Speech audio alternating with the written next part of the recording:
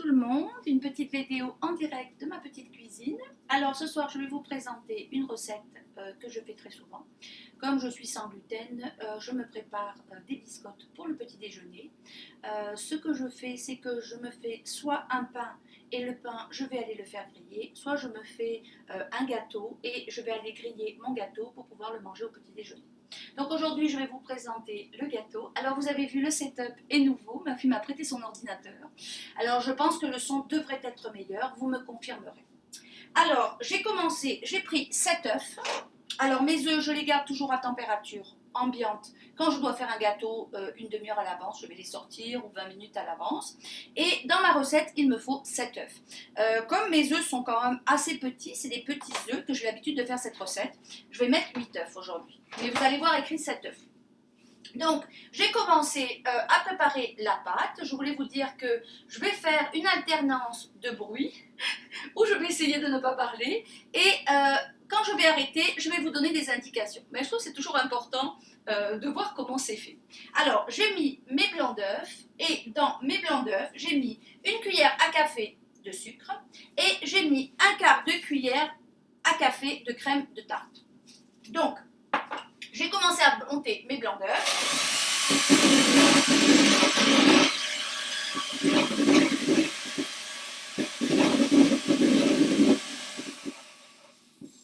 Voilà, jusqu'à temps que mes blancs d'œufs fassent un pic. Alors vous vous doutez bien que j'ai pas eu le pic en 3 secondes. Je vais juste poser ça ici. Et je vais vous le montrer. Donc, je ne sais pas si la lumière est très bonne, mais non, on ne voit pas du tout, alors c'est pas grave. Il faut que vous ayez un pic. Je peux peut-être le montrer avec ça. Vous voyez, voilà. Vous voyez le pic? Voilà. Voilà. C'est ça qu'on veut. Donc, ça veut dire que mes blancs d'œufs ont été assez battus. On va les enlever et ne plus les utiliser. Donc, j'ai pris 7 œufs, ici 8, donc 8 blancs d'œufs. Et ici, j'ai mis mes 8 jaunes. Donc, on va enlever mes blancs d'œufs, puisque j'en ai plus besoin, et on va les mettre de côté. Donc, ici, j'ai pris mes 8 jaunes d'œufs, et je vais aller remuer mes 8 jaunes d'œufs.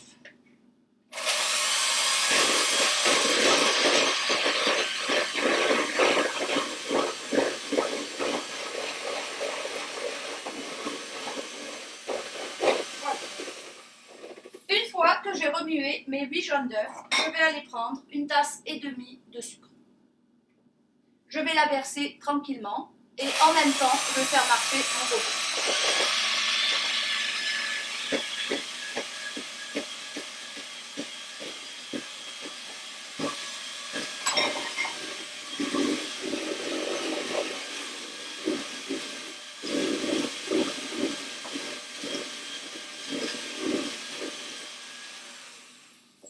Alors aujourd'hui, je n'ai pas sorti mon gros robot, j'ai gardé ma mixette parce que pour vous c'est plus facile. Donc j'ai préféré faire comme ceci. Alors une fois que j'ai mis mon sucre, je vais aller mettre une demi-tasse d'huile. Alors de l'huile, je mets de l'huile d'olive très souvent dans la pâtisserie sans gluten.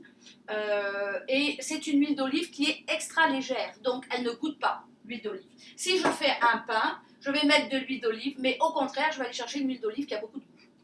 Donc, je vais continuer, toujours, après avoir intégré, je vais faire partir mon mixeur et aller intégrer mon huile.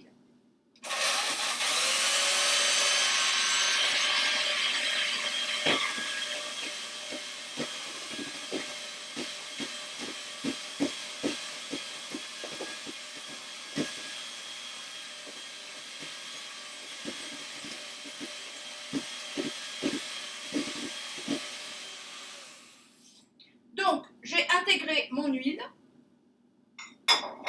Je vais aller intégrer mon eau.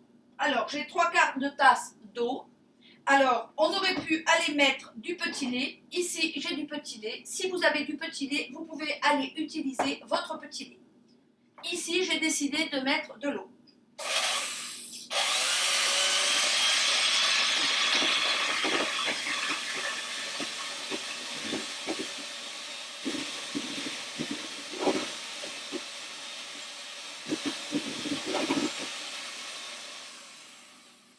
Voilà.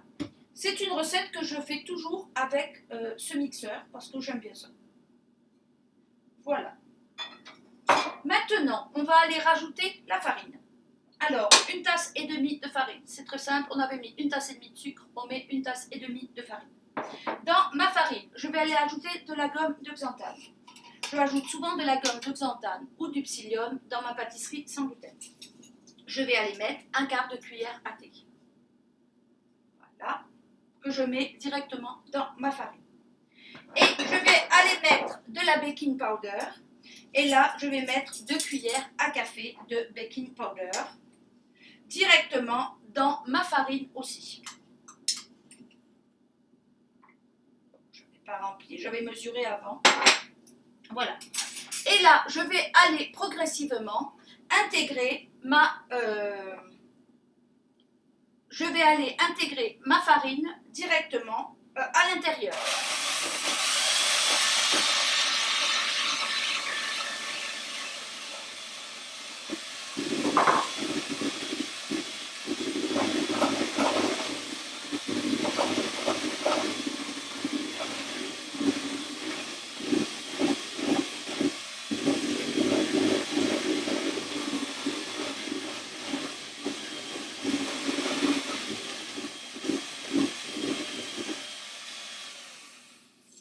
Voilà, mon gâteau est terminé.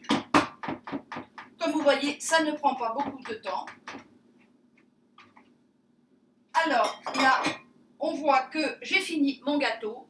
J'avais coupé des cerises en petits morceaux. Donc, je vais aller rajouter mes cerises. Vous pourriez mettre du citron, vous pourriez mettre des zestes d'orange. Là, j'avais le goût de le faire avec des cerises déshydratées, parce que je le fais souvent avec des cerises déshydratées. J'aurais pu mettre des rouleaux aux fruits à l'ananas, j'aurais pu mettre un peu ce que je veux. Donc, on va maintenant aller ajouter les blancs d'œufs. Alors, très souvent, ce que je fais, c'est que je vais récupérer mes fouets. Donc là, j'avais un peu de pâte. Et avec mes fouets, tranquillement, je vais aller intégrer mes blancs d'œufs. Voilà. Donc, normalement, j'ai ma spatule. Alors, j'ai mis ma spatule ici, qui va aller me permettre d'aller récupérer tout le blanc d'œuf. Voilà, comme ceci. Voilà. Donc, on va mettre ceci ici. Et là, en général, bon, je peux intégrer aussi avec ça, mais en général, j'utilise mes fouets bien tranquillement. Et je vais aller intégrer mon blanc d'œuf à l'intérieur de ma pâte avec la spatule. Donc, tranquillement, vous intégrez votre blanc d'œuf en essayant de ne pas le casser. Et votre gâteau est fini. Donc, ce qu'on veut, c'est ne plus avoir de blanc dans la pâte. Donc, vous allez voir, je continue jusqu'à temps que j'ai du blanc. Voilà. J'adore faire ce gâteau. Des fois, on le laisse tel quel, on va le manger tel quel. Bien souvent, je vais aller le découper en tranches, le faire griller. Et au petit déjeuner, quand je me lève, j'ai déjà mes biscottes de prête. Alors, voilà, là, il est fini. Voilà. Donc, je ne vois plus de blanc. J'ai pris un moule. Alors, ici, j'ai pris un moule comme ceci, qui est un moule à cône. Je vais aller mettre du beurre. En fait, je l'ai déjà fait. Je vais aller légèrement fariner pour pas que ça colle. Alors, moi, j'utilise la farine angélique. Alors, j'ai beaucoup de gens qui m'écrivent, qui me disent, Claudia, je fais comment? Bonjour la France, en passant. Je suis en France, je n'ai pas la farine angélique. Alors, je vais vous faire une petite capsule juste sur les farines. Et je vais vous proposer un mélange que j'utilisais avant. Alors, c'est un mélange qui fonctionne très bien. C'est juste que depuis que j'ai trouvé cette farine, ben, je me gagne une étape. Puis, je suis très contente de la farine, donc tant qu'à faire. Donc, voilà. Je vais beurrer mon moule avant de commencer. Et là, je vais aller mettre un peu de farine dans mon moule. Bon, il se défait, il faut le tenir pour pouvoir le démouler. Alors, sur ce, je vais aller placer ma pâte dans mon moule. Alors, vous voyez, elle est magnifique. Et je vais aller le mettre au four. Alors là, on voit que mes cerises, bien sûr, sont tombées au fond. Donc, je vais aller les répartir. C'est à moi de les répartir. Parce que sinon, elles vont être toutes au même endroit. Voilà. Alors, on va continuer à mettre ma pâte. Voilà. Et là, je vais aller le mettre au four 1 heure à 350 degrés. Alors, quand je dis 1 heure, ah ben, au bout de 50 minutes, vous regardez. Parce que moi, je ne sais pas votre four. Et je ne sais pas s'il cuit fort, s'il ne cuit pas assez fort.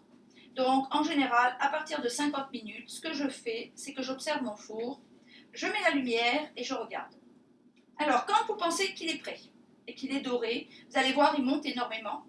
Quand il est prêt, surtout, vous n'ouvrez pas le four.